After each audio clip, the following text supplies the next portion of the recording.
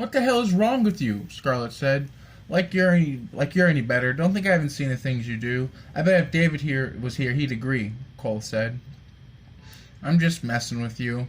And I bet if David was here, he'd say some bullshit like, don't judge one until you've walked a mile in their shoes, Scarlet said. Yeah, or the most dangerous thing you can do is assume, fucking hippie, Scarlet said. Nah, some shit like a bowl is most useful when it's empty. Because he is a total fucking hippie, Cole said. But why does he have a point? Oh, my bad. But he does have a point. We are family and we must get along and truly love each other because we only have each other in this world and no one else out there. So we have to be there for each other, Scarlet said. I agree. I just think some of his methods are a bit high, if you catch my drift, Cole said. Don't worry. I'll help you out of it if you need it, Scarlet said. I appreciate it, but I think I can... I appreciate it, but I think I can talk another way of punishment to David, Cole said. Don't bother trying. He's set on these ways. And besides, if there are rules and agreements you have to connect... Besides, there are rules and agreements you have to connect with to live here, and one of them is... fucking Christ, I said that wrong. Besides, there are rules and agreements you have to connect with to live in this house, and one of them is the way that you are punished by David, Scarlet said. Come on, there's got to be another way than pain, Cole said. Just stay on his good side and try not to anger him. If he ever gets sent to the black door room, you don't have to worry about harsh punishment. You don't have to worry about too harsh of a punishment because he likes you, Scarlet said. Silly Scarlet, that only applies to you, unfortunately. For me, I'm not a female, so I don't get off. Silly Scarlet, that only applies to you. Fortunately for me, I'm not a female, so I don't get off so easily. But all is not lost yet, because I can make up for not being a female. Fucking Christ! But all is not lost, all is not lost, because I can make up for not being female and get privileges that I can get. Okay, you know what? Fuck it. Can I try this again? Silly Scarlet, that only applies to you, and unfortunately for me, I'm not female, so I don't get off so easily. But all is not lost yet, because I can make up for not being female and get privileges that you get by being a good brother, Cole said. Brother, Scarlet said. What, you thought I was just a best friend? Hell no, I'm basically his brother, Cole said. Scarlet laughed. You can't be. You aren't blood related, Scarlet said. He and I both have each other's blood running through our bodies, so we might as well be. We've edited and exchanged a few organs to each other, Cole said. You guys are taking friendship too far, Scarlet said. You're one to talk. And if you're truly someone's friend, then there is no too far in a friendship. Look at me and David. I could go out and kill someone or torture some people, and I could tell David or have him help me afterwards. We can go smoke or do something because we are such good friends. I don't have to worry about him cracking under the pressure or ratting me out. And besides, once you spill blood for me, you're going into the zone. David strolled through all of my trials and has proven on more than once that he can handle the things when they flip upside down. So there isn't a tad of worries in trusting him about our activities. And trust me, I would risk my life no matter what for him. Sorry, I got a text message. Fuck. Cole said. That is a good point, Scarlet said. You know, you're real lucky to get someone like David, Cole said. Don't get all soft on me now. We're not dating. There are no words to describe our bond. In fact, bond isn't even a good enough word, Scarlet said. Scarlet looked Cole in the eyes and stared into his soul and tilted her head and made a wide, creepy smile and said, There is no leaving him. We were two. Now we are one. There is no leaving, or as people say, breaking up. There is nothing you can do to separate us. Some say I'm a constant pest or creepy, but most of all, I'm a curse. Scarlet said, Fuck. You're perfect for me, but I can see the line, Cole said. Good. Let's keep it that way let's keep it that way unless a hole got poked in the line, Scarlet said. The hell does that mean? It does sound good, so I'll play along. Besides, you said you're free to do whatever you want, Cole said. Exactly, Scarlet said. Cole took the sludge from Scarlet. I think you've had enough, Cole said. Don't be like that, Scarlet said. If I'm picking up what you're laying down, then you're intoxicated. Because you keep a shield between us, Cole said. Relax, Scarlet said. Don't get all lovey on me now. I might be an asshole, but I'm not a pile of cheating trash, Cole said. Hey, Cole, Scarlet said. Huh? Cole said. Scarlet pulled a magic trick. Scarlet pulled a magic trick. She made the fat joint of sludge appear in her palm. Wow, I'm so amazed. Give me that joint. You don't need any more, Cole said, sarcastically.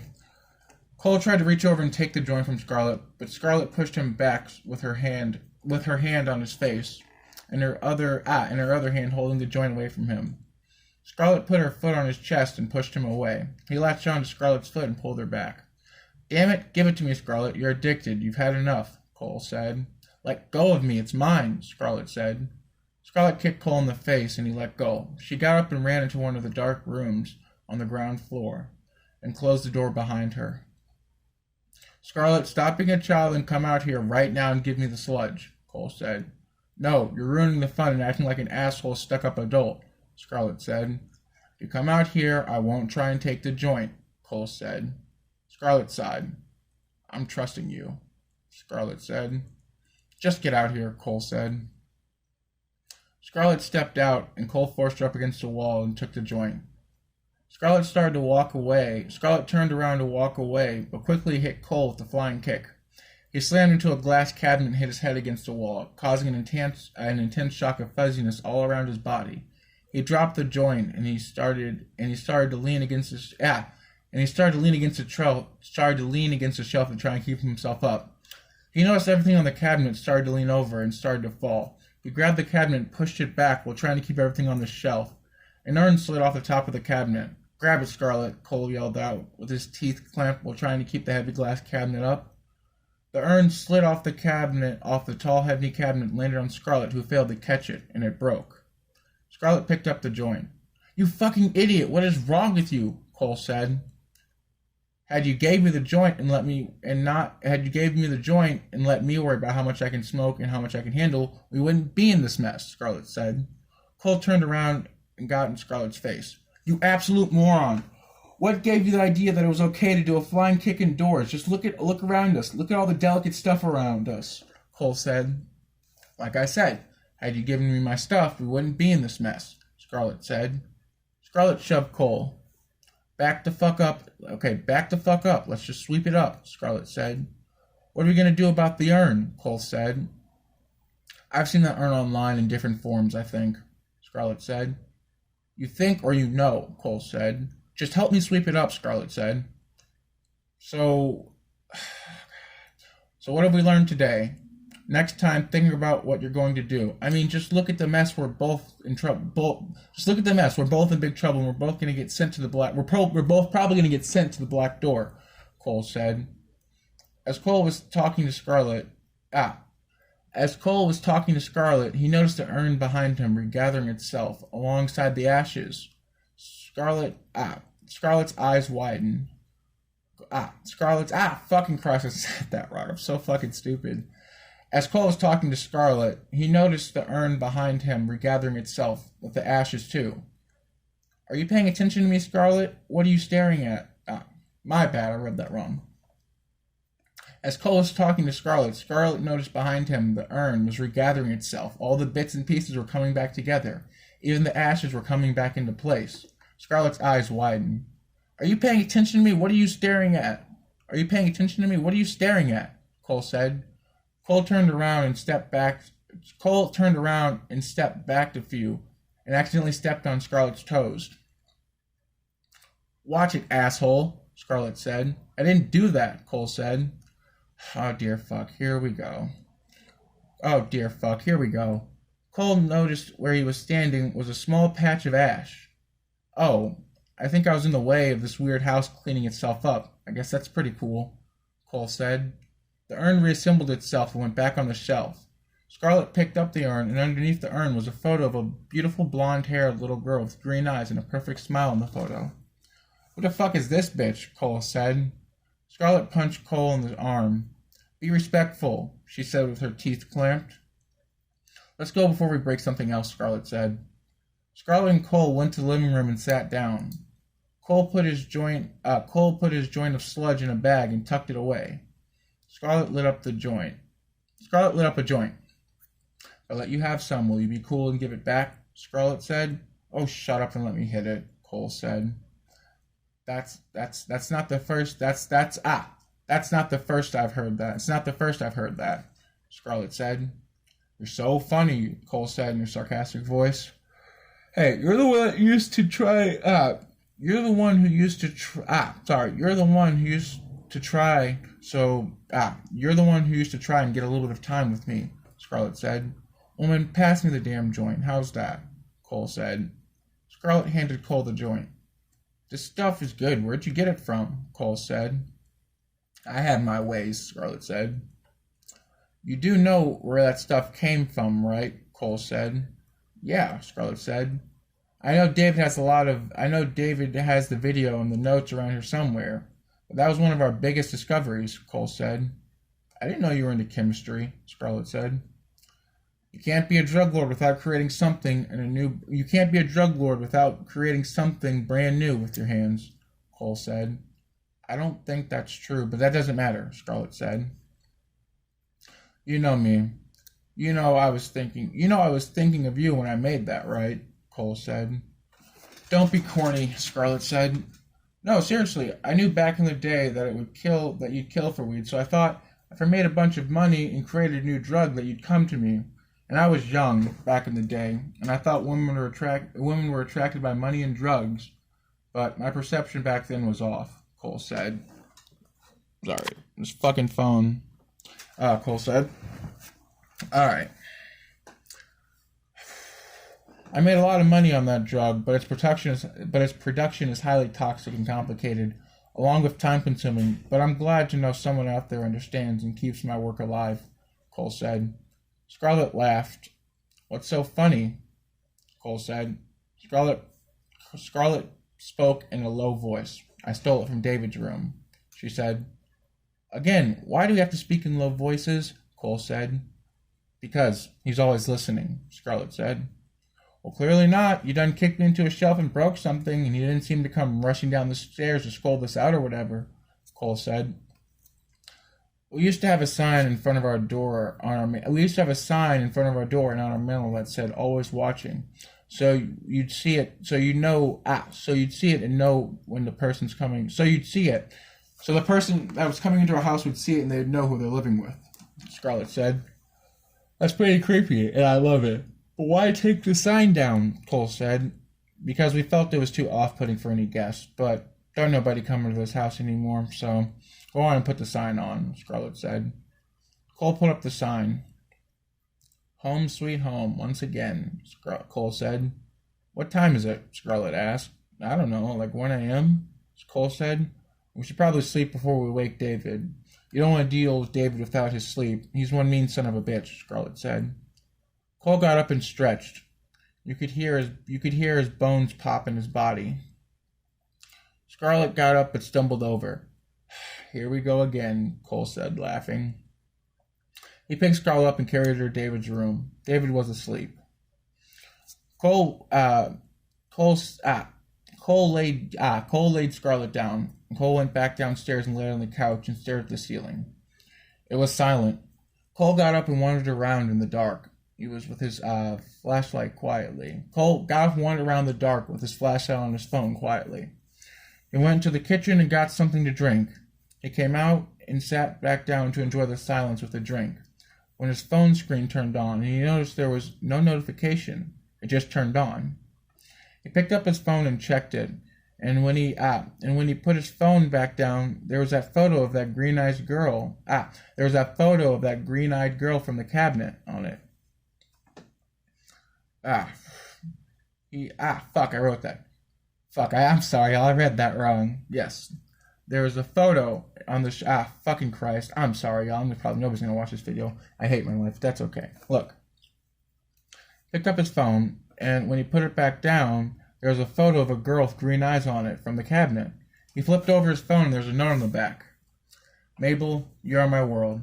I love and I missed you so much. You are everything. You will never be forgotten. Rest in peace. Cole stared at the photo. He couldn't get enough of her green, perfect eyes and her perfect skin. Cole went upstairs quietly and poked his head into David's room. They were both asleep. Cole went back downstairs and kept smoking. A smell that sent Cole into a bunch of good memories filled the room. Cole heard a voice call out to him, except the voice made him feel so trusting. It made him feel so comfortable, like his mom was calling out. Cole, come down here. She wants to meet you. We've unsealed the door, and we will reseal it when you're down. We'll reseal it when you're done. No promises. We promise no tricks, the voice said. No, go away. She's coming. No, go away, Cole said. She's coming, the voice said. All right, cool. I don't care, Cole said. Cole kept smoking and waiting for whoever she was. Cole heard footsteps getting closer, but they were light footsteps of a female. These are the footsteps Cole's heard before. A girl deeply resembling a girl in the photo came in front of Cole and sat down in front of her with her legs crossed. She just stared at Cole with a friendly smile, and was so inviting and comfortable. Look, young lady, I'm not gonna keep doing this, so go away, Cole said. Although she was a spirit, she seemed so alive, like she hadn't died. What do you want? Cole said. She didn't reply. She just smiled and stared at Cole. She scooted close to Cole. Cole noticed she had a creative, expensive necklace on her neck that said Mabel. Cole looked at the girl and noticed her hair was different colored. Cole breathed in deep. Are you Mabel? Cole said. Yes, she said. But your hair isn't the same, Cole said. I love to dye my hair, Mabel said. Look, could you please stop messing with me? You seem like the kind of sweet girl and you seem like the sweet and kind type of girl, and don't forget gorgeous. Could you just not mess with me, please? Cole said. Thank you, but no. And some of that isn't me. Keep in mind, a lot of people have died in this house, and they have privileges too after they die, Mabel said. I don't know why I bother asking. I'm always fucked in the long run, Cole said. What do you want? Cole said. She handed Cole a picture of David. Fine, I'll buy it. What was that, like your first love? Cole said. I lived with David before Scarlett came into the picture, Mabel said. Did David murder you? Cole said. Mabel laughed. David couldn't even dream of such a thing, Mabel said. So, how did you die, and why were you with David? Cole asked. I was David's first roommate. I died due to an infection and a weak heart, but David took care of me and granted my final request. But in my final days, David made them more enjoyable than I could ever want, Mabel said. What was your request? Cole said. To burn my body in the furnace, Mabel said. He's a good guy, but to be honest, he's just messed up in the head, Cole said. He's one of the reasons why I love living with him. He's like a big brother to me, or like the sibling I've always wanted, Mabel said. Can I just ask why you attacked me and you harassed me? Cole said. I can't really explain why, but keep in mind, through the chats I've heard again and a lot of lives have been taken in this house, so they have privileges too of being dead. Not just me, Mabel said. Wait, you can hear us talking? Cole said. I can hear, see, everything. All you say and do. We all can, but nobody on this side really cares except me. Or there are times where they interact with the house, but mostly just dick around in the basement, Mabel said. So, you're okay with David being with Scarlett, or whatever those two are? Cole asked. It does bother me, but every now and then I can hurt them. You ever wonder why her nose bleeds or why she threw up? Mabel said. I had a feeling it was connected to the furnace. So why don't you just kill Scarlet and keep David for yourself? Cole asked. I can't, because he'd know it was me and he'd hate me forever, Mabel said. Well, thank you for thank you for thinking this through and being reasonable, Cole said. Look, I'm sorry if I'm upset with you. I'm sorry if I'm upset with the things I do. Look, I'm sorry if I upset you with the things I do mostly. But it's mostly my attitude. But please, I do like... God damn it, I suck at reading. Look, I'm sorry if I upset you with some of the things I do. But I do mostly like attitude. But what the fuck did I write? Look, I'm sorry if I upset you with the things I do. Mostly my attitude. But please, stop messing with me, Cole said. It's not me. Like, yeah, I do some things every now and then, but I'm not alone in the building. So some of the things you may take, some of those things you may have taken from those who have died in this angry place, Mabel said. Can I speak to another one of you that have died? Cole said. That's not a good idea. They're all kind of asshole pricks, Mabel said. Then never mind. So what do you really want? What brought you out here? Cole said. I got an opportunity to roam the house for a bit, and I don't know if I wanted to screw. I had an opportunity to roam the house for a bit, and I thought I don't know, screw around down here, maybe scare one of you, but I can see because you're sitting here in the way. I can see one of you, but I can't because mostly because you're sitting in the way now. And fucking Christ! I'm gonna kill myself. Oh my God. I had an opportunity to roam the goddamn house, and I thought, I don't know, screw around down here and scare one of you, but I can see I can't because you're sitting here in the way. So I'll just waste my opportunity and talk to you stupid mortals, Mabel said. For one, you can leave any time you want, cunt, and for two, don't be jealous we're still alive, Cole said. Relax, you lonely little bitch. Don't think I didn't see you jerking off to the magazines. You haven't ever brought a girl home, Mabel said. I haven't lived here that long, and I'm not bringing anyone home to this house. I'd rather go for it in a public restroom, Cole said. You must always remember, I'm always watching, Mabel said. Didn't David have a sign for that? Cole said. Yes, dummy, he got it from me. He went to a place and he had a special sign and a special plaque made. A special sign and plaque which he forgot to mention, but a sign on the mantle on the front door, Mabel said. What's the real reason David took it down? Because I love the photo and the picture of the eye and the phrase, I'm always watching. There used to be a photo of me on the wall and David, but in a high rampage on the house after the days after my death, David took it all down. And that David took it all down to help him not be sad. And I'm okay with that because I'm not trying to be corny, but I know I'm on his mind always, and I'm always in his heart. I know I'm in his mind and always in his heart, Mabel said. You really trust David, huh? Cole said. Well, of course. He was like my family. He supported me throughout my time on this hell of a planet. In fact, when I couldn't work, David made money to keep me healthy. He paid medications and the surgery, but I did get infections a lot, Mabel said. Fuck. My time is coming to an end, but before I go, I have something I want you to give to David, Mabel said. Mabel handed Cole a photo of Mabel smiling and holding hands at a Colt. Wait, I thought you were just roommates, Cole said. As Cole was speaking, she got up and walked away. As Cole was speaking, she got up and walked into the hallway, ignoring Cole, and then vanished. Woman, Cole muttered.